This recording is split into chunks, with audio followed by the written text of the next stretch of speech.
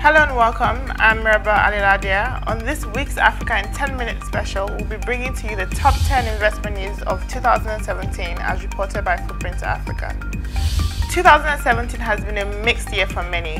While African oil-producing nations have continued to grapple with the gloomy oil market, many have found solace in the influx of foreign investors seeking profitable business ventures across the continent. From the vibrant markets in East Africa to the resource nations of the West, Africa has presented a number of investors with interesting propositions this year.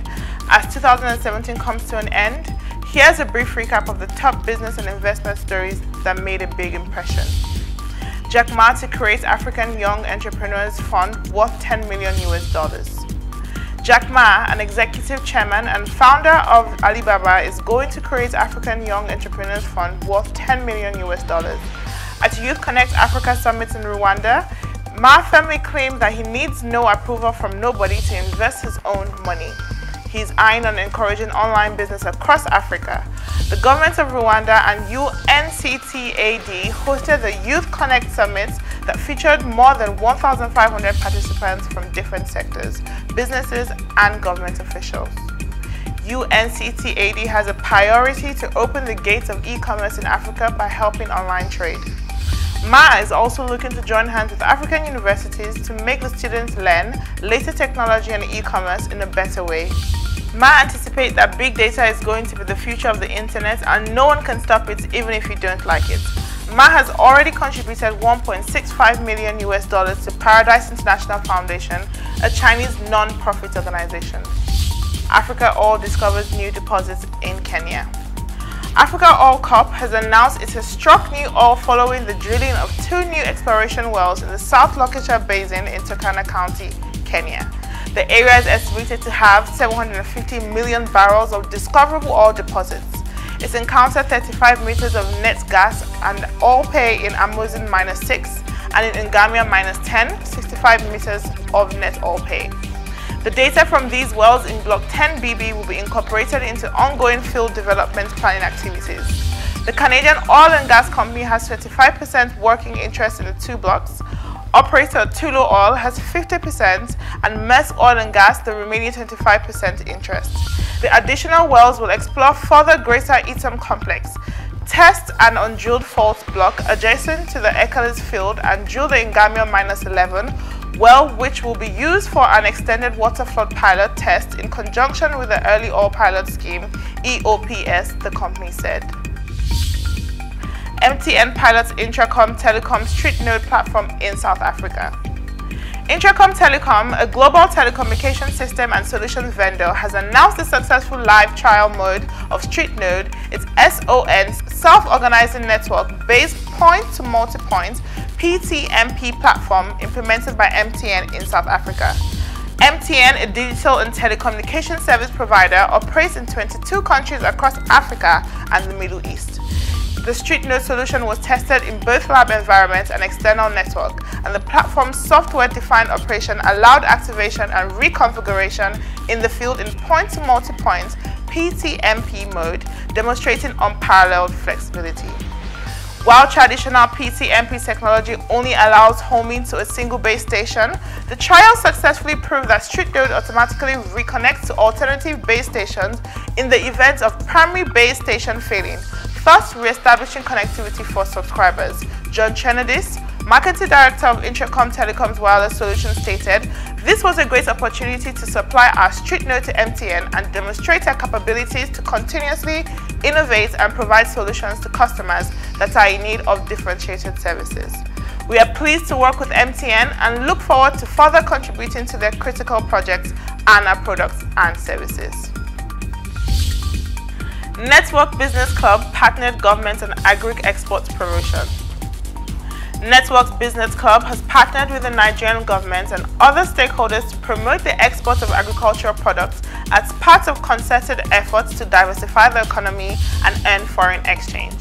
The club, which is an initiative of the Redeemed Christian Church of God, the City of David Parish, held the 3rd in its series of capacity building program on agribusiness in Lagos with focus on exports. The event featured the participation of the Central Bank of Nigeria, Nigeria Export Promotion Council, and other private sector holders from business and the academic sectors. Mr. Ernest Ebi, chairman of Network Business Club, said it was important for Nigerians to be sensitized on the numerous opportunities abounding in the agricultural sector so that they can tap into it and create wealth for themselves and the country. He noted that over-reliance on oil exports for foreign exchange has made the country's economy highly vulnerable to shocks, which have also led to the decline in government reserves and ultimately the current recession in the country. In Nigeria, Cross River State signed $600 million 750 megawatts floating power generation station deal with Monitor Power Solution LLC. The government of Cross River State, Nigeria has sealed a deal with Monitor Power Solutions for the provision of a $600 million floating power generation station, which has the capacity to produce 750 megawatts of electricity. The solution involves the provision of 750 megawatts of power that will be delivered via a floating power vessel, utilizing feedstock derived from NNPC's gas pipeline. The ship will be based in the Calabar waters and is expected to be operational for an initial 15-year period. Additionally, the solution involves temporary truck-based turbines that will be operational with a functional capacity of 40 megawatts within 6 months by Siemens' new aeroderivative model SGT A45TR gas turbine. The governor further said infrastructure is very central to his administration and that the state has in stock a lot of incentives for investors. Huge markets and market access to Cameroon and other West African countries, good governance and assured security. Tanzania is Africa's leading destination for international air arrivals. Tanzania contributed 19.3% to the total international air arrivals on the continent as compared to Kenya 18.2%, Egypt 17.2% and South Africa's 12.1% for the period September 2016 to January 2017. This is according to a new report by flight monitoring company Forward Keys, which compares flight reservation data from over 16 million transactions per day to position African destinations on the global tourism map. As a whole, Africa recorded a 10.3% increase in international arrivals. Estelle Verdier, managing director of hotel booking site Jumia Travel, which also recently introduced flight booking services, said the Forward Keys report reflects the continent's potential for increased growth in air traffic, which is proportionate to the growth in tourism. Ethiopia to enhance services with locally made satellites. The Ministry of Science and Technology said Ethiopia is building a medium-sized satellite launching rocket that will come to fruition within the next 3 years. Ministry Public Relations Director Wund Wolsin Andualem said a prototype of the carrier rocket was prepared as a launch pad for the actual work. Both the satellite and its carrier rockets would be locally manufactured according to the director, who indicated its significance for security, weather forecast and other services. Efforts are underway to launch a medium-sized rocket into space within the next 3 years, said the director. He said satellite building capacity has also been growing owing to knowledge and technological exchanges with development partners. Its serious significance, the nation has formed a Space Science Council and institution chaired by the Prime Minister. With the successful accomplishment of the task, Ethiopia will join countries competing to launch satellites in the equator, Wund Wolsin added. In Nigeria, African Petroleum shaky but confident about all offshore West Africa. African Petroleum upbeat about its prospects despite a series of setbacks with its West African portfolio. Some of the more promising oil basins off the coast of West Africa are close to the point of payoff despite recent setbacks, African Petroleum said. African Petroleum has assets in Gambia, Senegal, Ivory Coast and Sierra Leone. Of those, Senegal holds the most oil in its territorial waters, but much of the region is unexplored and the full potential has yet to be realized. African Petroleum said its acreage offshore West Africa could hold as much as 7.4 billion barrels of oil.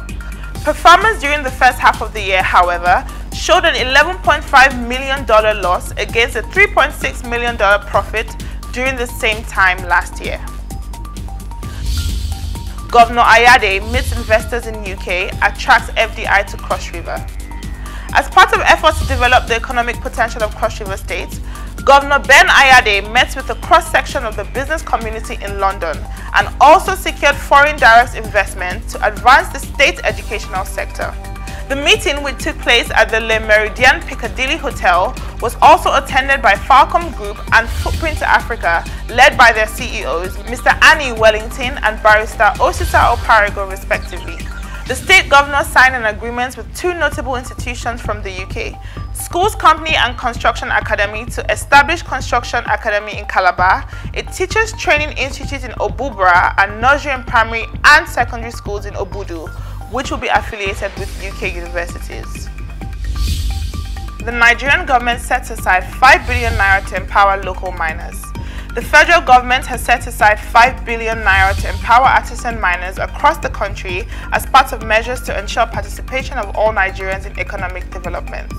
The Minister of Mines and Mineral Resources, Dr. Kayode Fayomi, disclosed this when he inspected the gold mining site at Garin Awal at Fakai local government area in Kebbi State.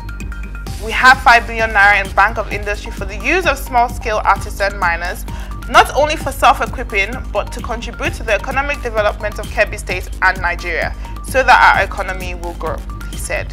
Fayomi explained that ISS Has Ltd, a Chinese mining company, has been in the community exploiting gold for more than 3 years, but had failed to develop the areas by establishing schools, building roads, as well as providing potable water and employment for the youth as part of an agreement entered into with the company. He promised to investigate the allegations against the licensed operator in Garin Awal village, Fakai local government of Kebbi State, for alleged breach of agreements reached with the host community. That wraps up the top 10 investment news for the year 2017. On behalf of the Footprint to Africa team, I would love to wish you a prosperous new year. To keep up with the trending business news in Africa, stay connected. Subscribe to our YouTube channel, like us on Facebook, follow us on Twitter, and connect with us on LinkedIn. These news reports are called from Footprint to Africa. For daily updates and more business news in Africa, log on to www.footprinttoafrica.com today. Footprint to Africa, business news made in Africa by Africans.